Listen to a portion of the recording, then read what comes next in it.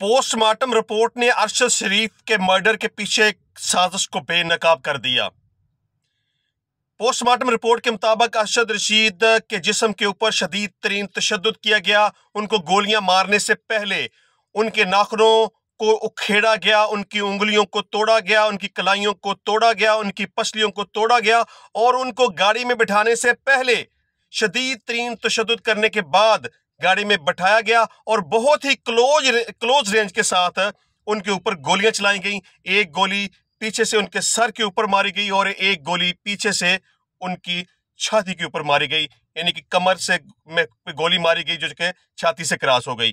Postmortem report ने यह बांधा फोड़ दिया है कि यह मिस्टेकन आइडेंटिटी का केस नहीं है, यह एक बिल्कुल प्लान्ड मर्डर है। कातिल की नीयत अरशद शरीफ को जान से मार देने की थी।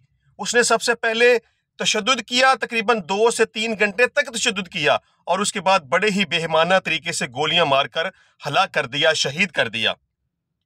ये जिस तरह की कीनिया की पुलिस ने ये एक स्टोरी बयान की ना कि ये मिस्टेकन आइडेंटिटी का केस है, हम नाके के ऊपर खड़े थे, अरशद शरीफ साहब वहां अपनी गाड़ी में गुजरे, एक सेम कलर की गाड़ी जिसकी उनको तलाश थी, वो गाड़ी चोरी की थी और उस गाड़ी में एक बच्चा भी था जिसको अगवा किया गया था और गलती की बुनियाद पर गोली चल गई जिससे अरशद शरीफ की जान चली गई। लेकिन ये एक प्लान तरीके से किया गया मर्डर है, इसमें कोई मिस्टेकन आइडेंटिटी का केस नहीं है।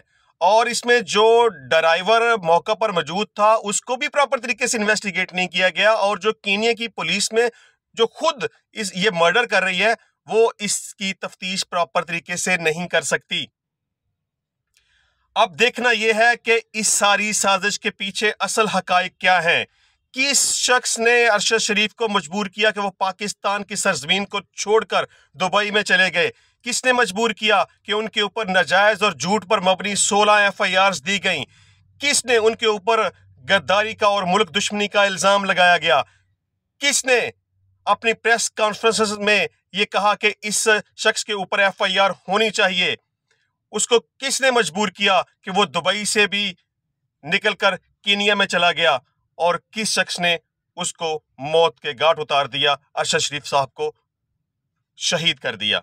ये एक प्रॉपर मनसूबाबंदी के तहत, एक प्रॉपर प्लानिंग के तहत किया गया मर्डर है। ये मिस्टेकन आइडेंटिटी का केस नहीं है। जिस तरीके से उनके ऊपर तशद्दुद किया गया, उनकी उंगलियों को तोड़ा गया, उनकी पसलियों को तोड़ा गया, उनके नाखूनों को खेड़ा गया, उनके जिस्म के मुतअद्दिद हिस्सों पर जख्म लगाए गए और जितने ब्रूटल तरीके से उनका मर्डर किया गया, इसको जितना भी कंडेम किया जाए कम है। मैं चीफ जस्टिस ऑफ पाकिस्तान से ये गुजारिश करूंगा कि इस सारे वाक़े का सो मोटो नोटिस लें और जो एक्चुअल कल्प्रिट्स हैं उनका तयन किया जा सके और उनको सख्त से सख्त सजा दी जा सके।